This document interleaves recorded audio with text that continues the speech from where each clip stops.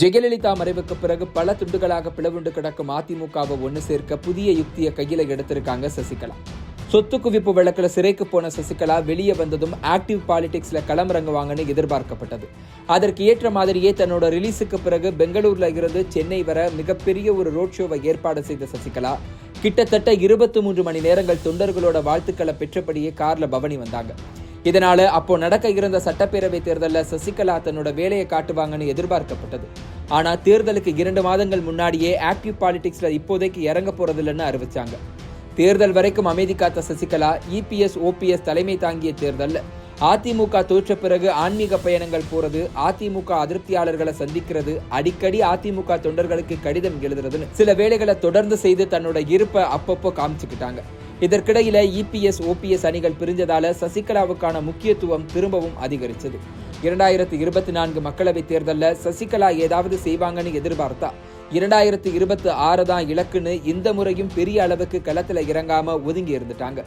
ஆனா ஓபிஎஸ் சசிகலா பக்கம் நெருங்கி வந்து டிடிவி தினகரனுக்காக தேனி தொகுதியவே விட்டு கொடுத்திருக்காரு. இப்போ தேர்தல் முடிந்துவிட்ட நிலைமையில அதிமுக தொண்டர்களை குறிவச்சு சசிகலா எடுத்திருக்க ஒரு அதிரடி நடவடிக்கை இபிஎஸ் அணியினர் மத்தியில கலக்கத்தை ஏற்படுத்தி இருக்கு. சிறையில இருந்து வெளிவந்ததுல இருந்தே அதிமுகவை ஒன்னு சேர்ப்பேன்னு சொல்லிட்டு வந்த சசிகலா இப்போ அதுக்கான முதல் அடியை எடுத்து வச்சிருக்காங்க.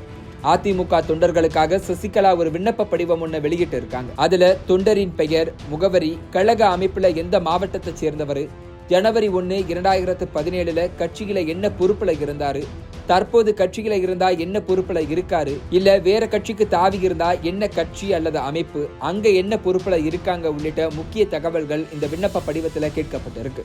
இந்த தகவல்களை அதிமுகவினர் நிரப்பி அதை தற்போது போயஸ் கார்டன்ல ஜெயலலிதாவோட வீட்டுக்கு பக்கத்திலேயே சசிகலா கட்டியிருக்கக்கூடிய ஜெயலலிதா இல்லத்துக்கு அனுப்பி வைக்கலாம்னு தெரிவிக்கப்பட்டிருக்கு. அதிமுக தலைமை அலுவலகத்துல இன்று காலை நடந்த கூட்டத்துல சென்னை மற்றும் புறநகர் மாவட்ட செயலாளர்கள் மற்றும் மக்களவை தேர்தலில் போட்டியிட்ட சில வேட்பாளர்களோட எடப்பாடி ஆலோசனை நடத்தி இருக்கதும் கவனிக்கத்தக்கது.